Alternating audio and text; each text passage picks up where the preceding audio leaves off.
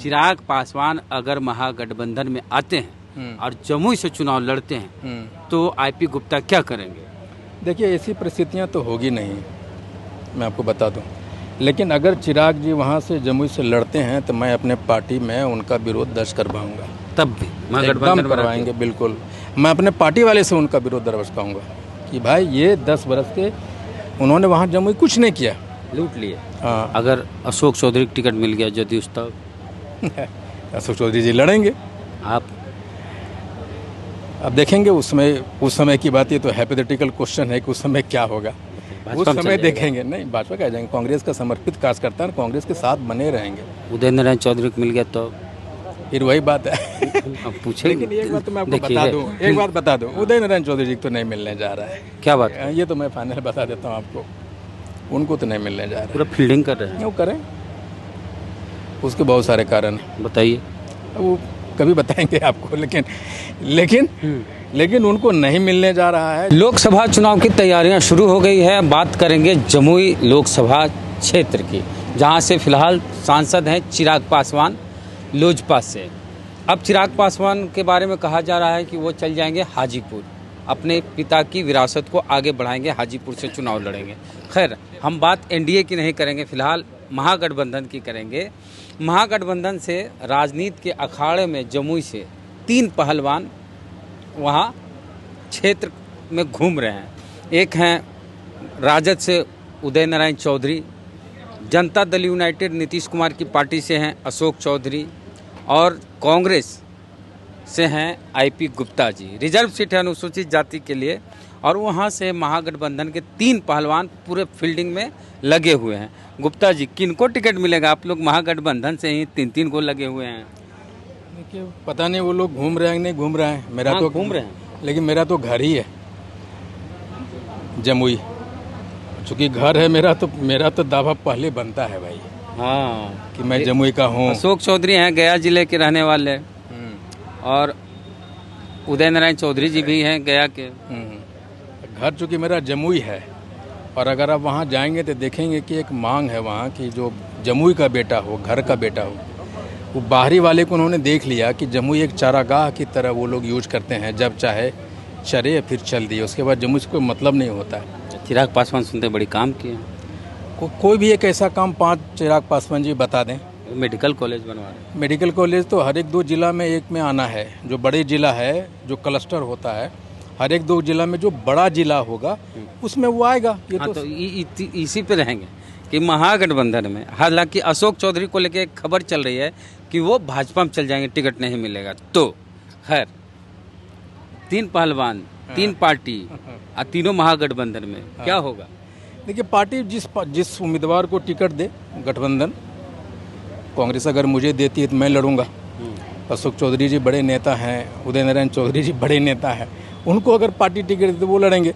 ये तो party decide करेगी। लेकिन मेरा ये कहना है कि हम जमुई का बेटा, और जमुई में मैं पिछले 2016 से लगातार काम कर रहा हूँ, ये दुनिया जानती है। और अगर मैं कह दूं कि अगर आप जाएं वहाँ पे तो एक ही आवाज़ है कि जो यहाँ का बेटा है, इस बार उसके तरफ मूड बना चुकी है वहाँ के लोग। ये पार्टियों को डिसाइड करना है किसको लड़ाता है। हम तो कांग्रेस के समर्पित कार्यकर्ता हैं, कांग्रेस जो कहेगी हम करेंगे। अच्छा, चिराग रहें वहाँ से लड़े चुनाव तो अच्छा, या फिर चिराग हाजीपुर चल जाए तो भला? नहीं, मैं तो चाहता हूँ कि 10 बरस का हिसाब किताब वो दें, उसके बाद जाएं। 2024 में वो चुनाव लड़ें, और पार्टी अगर मुझे, मेरी दिल की इच्छा है कि पार्टी मुझे उनके खिलाफ में चुनाव मैदान में वहाँ उतारे। मैं 10 बरस को जो उन्होंने सांसद किया, 10 बरस नहीं 50 बरस जो पीछे छोड़ दिया अपने टेन्यूर में, 10 बरस के टेन्यूर में जमुई को 50 बरस पीछे जो धकेला है उन्होंने, वो हिसाब किताब देकर जाएं 2024 में। वो खबर ऐसी है कि चिराग पासवान हाजीपुर जाएंगे, पिताजी की विरासत को संभालेंगे, और जमुई में उनके जीजा जी जो हैं अरुण पासवान, वो वहाँ से चुनाव लड़ सकते हैं। तब उनकी वो बपौती है क्या कि नहीं का कि हमने तो वो तो नहीं, वो बपौती सीट नहीं ना जमुई किसी का। और जहाँ तक वो कहते हैं कि मेरे पिताजी का विरासत है, तो उनके पास तो 2 ही चीज़ है गिनाने के लिए, पिताजी का विरासत और नीतीश जी के अच्छाइयों को भी बुराइयों में गिनना। बस 2 ही चीज़ कहते हैं वो। कभी भी उन्होंने जमुई के बारे में कोई 5 काम क्यों नहीं गिनाते हैं भाई कि हमने जम्मू में ये किया। 5 माइलस्टोन कोई काम होगा ना, 10 बरस के सांसदी में 5 माइलस्टोन तो गिना सकते हैं, वो तो आज तक नहीं गिना सके वो। लेकिन नीतीश जी जो काम करते हैं अच्छा, उसको भी बुराई में बदल के वो गिनाते हैं। और पिताजी का विरासत है उनके। अगर अच्छा किए हैं तो बोलने से बुरा थोड़ा हो जाएगा। अब आते हैं बात कि प्रधानमंत्री की रेस को लेकर बात चल रही है। बिहार से नीतीश कुमार कुर्ता पजामा पहन लिए हैं प्रधानमंत्री बनने के लिए, और राहुल गांधी पहले से पहन ले हैं। ये बनेगा प्रधानमंत्री? अच्छा, आदरणीय नीतीश कुमार जी ने कभी कहा है कि मैं बनना चाहता हूँ? पूरा उनकी जो एक्टिविटी है उसी दिशा में। नहीं, गलत रीड करते हैं आप लोग उनकी एक्टिविटी को। हमारे देश में एक ऐसे राजनीतिक नीतीश कुमार जी हैं जो कहते हैं वो कर गुजरते हैं। उन्होंने आज तक कभी नहीं कहा कि मैं बनना चाहता हूँ पीएम। हम आदरणीय अखिलेश बाबू के साथ में जब गए थे उनको इनवाइट देने के लिए, तभी वो कह रहे थे कि अखिलेश जी हमारा कोई निजी स्वार्थ नहीं है। कहते कुछ है, करते कुछ, होता कुछ और है। न ठीक है, नीतीश कुमार कहते कुछ है, करते कुछ और हैं और होता कुछ और है। मैं तो उन्हीं की बातों पे जाऊंगा कि वो कभी नहीं कह रहे हैं कि मैं प्रधानमंत्री बनना चाहता हूँ। क्या बनेगा प्रधानमंत्री? देखिए, मैं तो कांग्रेस का सिपाही हूँ और मैं 100% चाहूँगा कि राहुल गांधी जी हमारे नेता हैं, और देश को आज के परिस्थिति में राहुल से बढ़िया उम्मीदवार प्रधानमंत्री के लिए कोई नहीं है। Rahul Gandhi PM candidate. मैं तो चाहूँगा कि वो बने, प्रधानमंत्री बने। लेकिन जो कानूनी बाध्यता है, अभी जो सदस्यता गई है, सजा हुई है, 6 साल तक वो चुनाव नहीं लड़ पाएंगे। नहीं, वो तो बहुत ज़्यादा दिन जब उच्चतम न्यायालय में इसको देखा जा रहा है, और मैं आप कहीं लिख लीजिए इस बात को कि उनकी सदस्यता बहाल होगी। ये जो गलत तरीके से उनको इम्प्लीकेट किया गया है, उच्चतम न्यायालय उसको निरस्त करेगा उस आदेश को। अगर नहीं होने की स्थिति में मल्लिकार्जुन खड़गे हो सकते हैं पीएम कैंडिडेट? देखिए, अगर ऐसी परिस्थितियाँ उत्पन्न होती है, लेकिन होगी नहीं, ये मान लीजिए। ठीक है, आपका विश्वास है ये? नहीं तो कांग्रेस का अगर उनके अलावा कोई अगर बनना है चाहिए उनके बाद, तो खड़गे साहब बने। एक अच्छा है कि दलित का फेस भी है वो, मल्लिकार्जुन खड़गे पीएम कैंडिडेट। क्यों नहीं, एकदम 100% एकदम होना चाहिए। अच्छा, मोदी को लेके क्यों इतना एकजुट हो रहे हैं आप लोग? मोदी में क्या दिक्कत है? कैसे लोगों को क्या समझाइएगा? मोदी ने देश को बेच दिया है। देखिए, कैसे समझाइएगा मत पूछिए। मैंने 1.5 लाख मेंबर बनाया है कांग्रेस का। आप ग्राउंड पे जाइए तो आज के एक भी आदमी मोदी को देखना पसंद नहीं करता है। मोदी ने क्या किया है, आप किसी भी यहाँ जितने भी लोग हैं पूछ लीजिए कि मोदी सरकार के 10 मंत्री का नाम गिना दो। कांग्रेस के सरकार में मंत्री पावरफुल हुआ करते थे, स्वतंत्र रूप से काम करते, जानता था ये मंत्री इस विभाग के। लेकिन एक भी ऐसा मंत्री का नाम बताइए जो नितिन गडकरी को छोड़ के कि बिना उनसे सहमति लिए कोई काम करता हो। सारे मंत्री गुलाम बने बैठे हैं, राजा एक ही है। तो नीतीश कुमार में भी वही बात है ना? ऐसा नहीं है, नीतीश एकदम है। नीतीश कुमार की सरकार में कोई मंत्री का औकात है कुछ कर लें? लेकिन सारे मंत्रियों का नाम गिना देंगे आप? कई को गिना देगा? आम पब्लिक की बात सेम चीज जो मोदी है वो नीतीश नहीं। देखिए, कोई अंतर हमको नहीं दिखता। मैं देखिए, ऐसा नहीं है। मोदी जी, नीतीश बाबू की बहुत सारी स्कीमें जो माइलस्टोन स्कीमें हैं, बिहार की जनता 10 को बिहार के सरकार के मंत्री का नाम नहीं बता सकती। बात वो देख, मैं कह रहा हूँ जो उन्होंने काम किया है उसका नकल करते हैं मोदी जी। नीतीश की नकल करते हैं? हाँ, नीतीश के कामों के नकल करते हैं। यही ने अफ्रीका के 6 देशों ने साइकिल योजना को और बहुत सारी योजना को कॉपी किया है। जो नीतीश कुमार साइकिल योजना कॉपी किया झारखंड में, सबसे पहले साइकिल योजना झारखंड में हुई, उसके बाद बिहार में नीतीश कुमार शुरू किया। लेकिन अगर आप पढ़ें कहीं भी चीज़ों को, बिहार झारखंड के पहले मुख्यमंत्री जो थे, चलिए ठीक है, बाबूलाल मरांडी थे ना, वही साइकिल योजना शुरुआत की है। ठीक है। लेकिन जो साइकिल योजना जो दिशा और दशा बदली बिहार की, आप इसको मानते हैं? चलिए, कॉपी किए। मोदी जी पे हम रहेंगे, क्या समझाइएगा लोगों को? देखिए, मोदी जी अगर बने, लोग कह रहे हैं कि 9 साल में बेमिसाल कर दिए। 9 साल में बेमिसाल कर दिए उन्होंने। 9 साल में उन्होंने किया कि 80 करोड़ जनता को मुफ्त राशन दे रहे हैं, अब वो उपलब्धि मानते हैं। ये तो किसी भी देश के लिए शर्म की बात है। उन्होंने बैक डोर से सारे संस्थाओं को किसी 2 आदमी के हाथों में बेच दे रहे हैं, और उसी के सहारे सारी रिजर्वेशन जो है अति पिछड़ा का, दलितों का खत्म कर रहे हैं। EB, CBI, ED, चुनाव आयोग, संसद, ऐसा। आपको डर नहीं लगता ED CBI से? वह क्यों डर लगेगा भाई? किस बात छापा हो जाए? नहीं, किस बात का डर?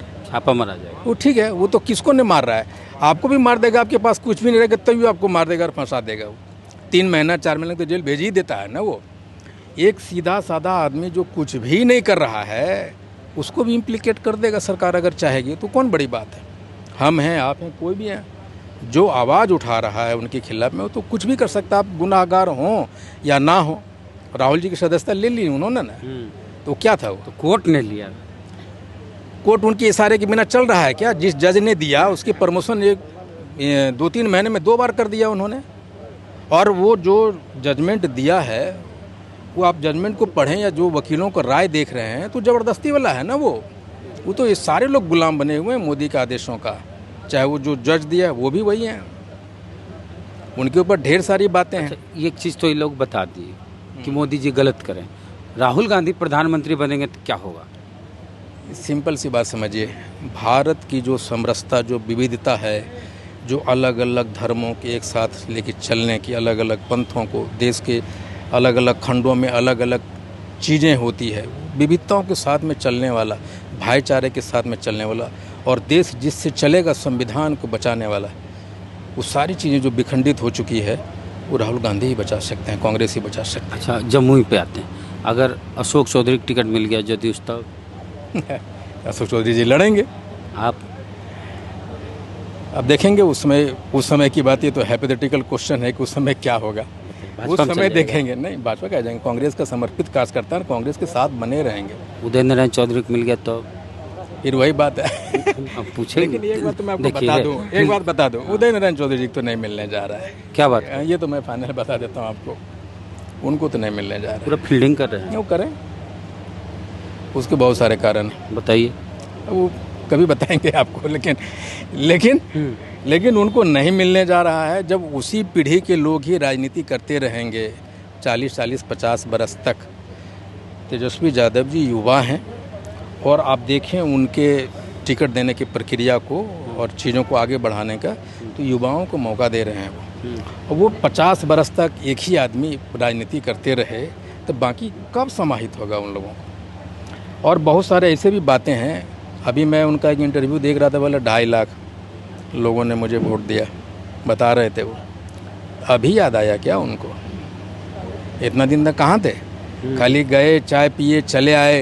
तो नहीं, वहाँ रुके ठहरे, वही मैं बोलता हूँ ना, वहाँ जाके सर्किट हाउस में रुक के प्रचार कर ले। हाँ, वो जाएंगे, वहाँ बैठेंगे, 2 दिन घूमेंगे, बोलें कि साथ में। कितने लोगों को मदद करते हैं वो वहाँ के, और कितने वहाँ की जनता उनको फ़ोन करती है कि हमको ये मुसीबत हो गया, आप आइए। कितने दिन हमरो जिला में नवादा में जो भी सांसद बनते बाहर वाला बनते हैं, कई लगातार इधर 10-20 साल से तो बाहर वाला सांसद। देखिए, मेरा ये कहना है कि अगर आप नहीं बनता है तो वहाँ की जनता को इस बात को उठाना चाहिए। नहीं उठाती है तभी तो आ जाता है ना। आप मेरे जम्मू में जाइए, हर कदम पे ये बात है कि नहीं भाई हमारा इस नहीं। चिराग पासवान चूँकि स्टार पुत्र हैं, हाँ, वही उनको एक फ़ायदा मिला है स्टार पुत्र होने का। स्टार पुत्र नहीं होते तो एक अलग पासवान की तरह जमात में एक वो भी होते। स्टार पुत्र हैं इसलिए उनको फ़ायदा मिला। एक तो ये भी बात चल रही चिराग पासवान महागठबंधन में आएंगे।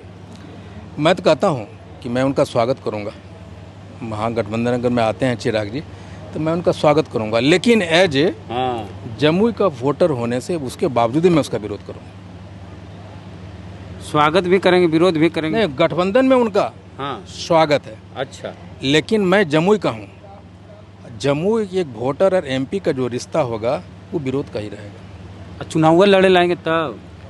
अच्छा, आने दीजिए, पहले तो मैं स्वागत करता हूँ कि वो आ जाए गठबंधन में। सिचुएशन हम नहीं, क्यों हाइपोथेटिकल सिचुएशन क्रिएट करना। अभी हम जा रहे हैं जमुई, गाड़ी एक्सीडेंट हो जाए तब क्या होगा? ये हाइपोथेटिकल सिचुएशन नहीं। बात चल रही है चिराग जी की। चिराग पासवान अगर महागठबंधन में आते हैं और जमुई से चुनाव लड़ते हैं तो आईपी गुप्ता क्या करेंगे? देखिए, ऐसी परिस्थितियाँ तो होगी नहीं, मैं आपको बता दूं। लेकिन अगर चिराग जी वहाँ से जमुई से लड़ते हैं तो मैं अपने पार्टी में उनका विरोध दर्ज करवाऊंगा। तब भी एकदम करवाएंगे, बिल्कुल। मैं अपने पार्टी वाले से उनका विरोध दर्ज कराऊंगा कि भाई ये 10 बरस के उन्होंने वहाँ जमुई कुछ नहीं किया, लूट लिए। हाँ, लूटे या नहीं लूटते तो नहीं है वो, ये इल्ज़ाम उनके ऊपर नहीं लग सकता कि वो लूटते हैं। हाँ, उनके जो कार्यकर्ता है वो बहुत सारी चीज़ें करते हैं। वोटवा लूट लिए।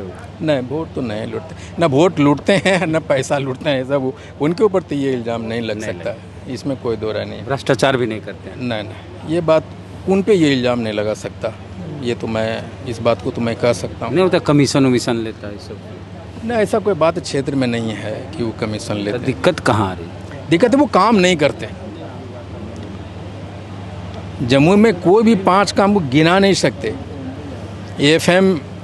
एफएम रेडियो तो इस सरकार का स्कीम है खोलना, उसको गिनाते हैं। ये तो ना समझी एक सांसद का, जो दुनिया जानती है। मैं जमुई का हूँ भाई, हाँ, मैं क्यों नहीं बोलूँगा? मैं गठबंधन में जो बातें होगी मैं वहाँ बोलूँगा भाई इन्होंने काम नहीं किया। अगर ये लड़ेंगे तो हार जाएंगे। चिराग जमुई लड़ेंगे तो हार जाएंगे। क्यों नहीं? चिराग जी कौन सा ऐसा काम किए हैं जमुई में? कोई ऐसा काम ही नहीं किया उन्होंने जो गिना सके आप। तो इसीलिए लग रहा है कि जा रहे हैं हाजीपुर। ये तो उनका निजी विचार होगा, लेकिन ये भी एक कारण है कि वो जाना चाह रहे हैं। अगर वो हार गए बाय द वे तो उनकी पटिया खत्म हो जाएगा भाई। क्या बात कर, नहीं लग रहा है आपको? उनका पार्टी नहीं खत्म होगा अगर हार जाएंगे वो। अभी ये हाल है उनका। पप्पू यादव हो जाएंगे? नहीं, पप्पू यादव तो एक बहुत अच्छे इंसान है भाई। मैंने अच्छे इंसान है, बहुत काम करते हैं, बहुत सेवा करते हैं। वोट पब्लिक कहाँ देती है, इसलिए हम बोल रहे हैं। एक बार मैं एक बात बोलूँ, मेरे पप्पू यादव जी को तो हमारी उनके साथ बड़ी अच्छी बनती है, लेकिन एक चीज़ मैं उनका अपना है, लेकिन उनका अपने व्यक्तित्व को वो ज़्यादा निखारते हैं, पार्टी को कम। जो काम वो खुद करते हैं पार्टी अगर करने दे, पार्टी को आगे रखें, वो क्या करते हैं वो खुद आगे हो जाते हैं। करें कांग्रेस में जाइए रहे, सुनने में आया, हम कंफर्म नहीं बताते। नहीं, ये तो नहीं मालूम है हमको कांग्रेस में जा और रहे कुछ बाकी रह गया तो बोल दीजिए। नहीं, कुछ नहीं बाकी रहा है। मैं सिर्फ इतना कहना चाहता हूँ, जमुई की जनता कुछ बोल दीजिए। नहीं, जमुई की जनता यही हम कहेंगे कि उनको आगे आना होगा, जमुई की जनता को, और उनको ये समझना होगा कि बाहर के जितने भी कैंडिडेट आएंगे, जो भी सांसद बनेंगे, उनको मैं जमुई में 40-45 बरस से हूँ, जब से होश संभाला हूँ, पूरा जमुई को नहीं समझ सका। तो एक बाहरी आदमी आके जमुई को कितना दिन समझ सकता है भाई? अब 5 समाज के आप नेता हैं, 5 समाज की इतनी बड़ी रैली किए, उसमें तेजस्वी जी भी आए और आपकी पार्टी के प्रभारी जी भी आए, कांग्रेस के बिहार के प्रभारी भक्तचरण दास जी, और उसी का कार्यक्रम कर रहे थे। वो बता दीजिए क्या हो रहा है आज यहाँ? बेसिकली 4 जून को जो हमने रैली किया था बापू सभागार में, उसका समीक्षा बैठक होना था। हमने क्या देखा, क्या आगे करना है। आप जब किसी ऊंचाई को चढ़ते हैं तो ढलान भी आपके साथ चढ़ता है, उस बुलंदी को कैसे सस्टेन करना, और आने वाले चुनाव में 2024-2025 में हमारा क्या भूमिका हो 5 समाज में, उस पर भी चर्चा हम लोग कर रहे हैं। तो कार्यक्रम चल रहा है 5 समाज का यहाँ, और कांग्रेस से दावा ठोके हुए जमुई में आईपी गुप्ता पान जी, ये अनुसूचित जाति से आते हैं और सीट भी है अनुसूचित जाति का। गुप्ता सरनेम समझ के सुन के ओबीसी नहीं समझिए, एससी है ये। ठीक है, तो पूरी बातचीत को लेके क्या कहना है आपका, प्रतिक्रिया दीजिए कमेंट बॉक्स में। फेसबुक पे वीडियो देख रहे हैं, पेज को लाइक फॉलो नहीं किए कर लीजिए। यूट्यूब पे वीडियो देख रहे हैं, सब्सक्राइबर नहीं है, घंटी बजा कीजिए। जय भीम, जय भारत।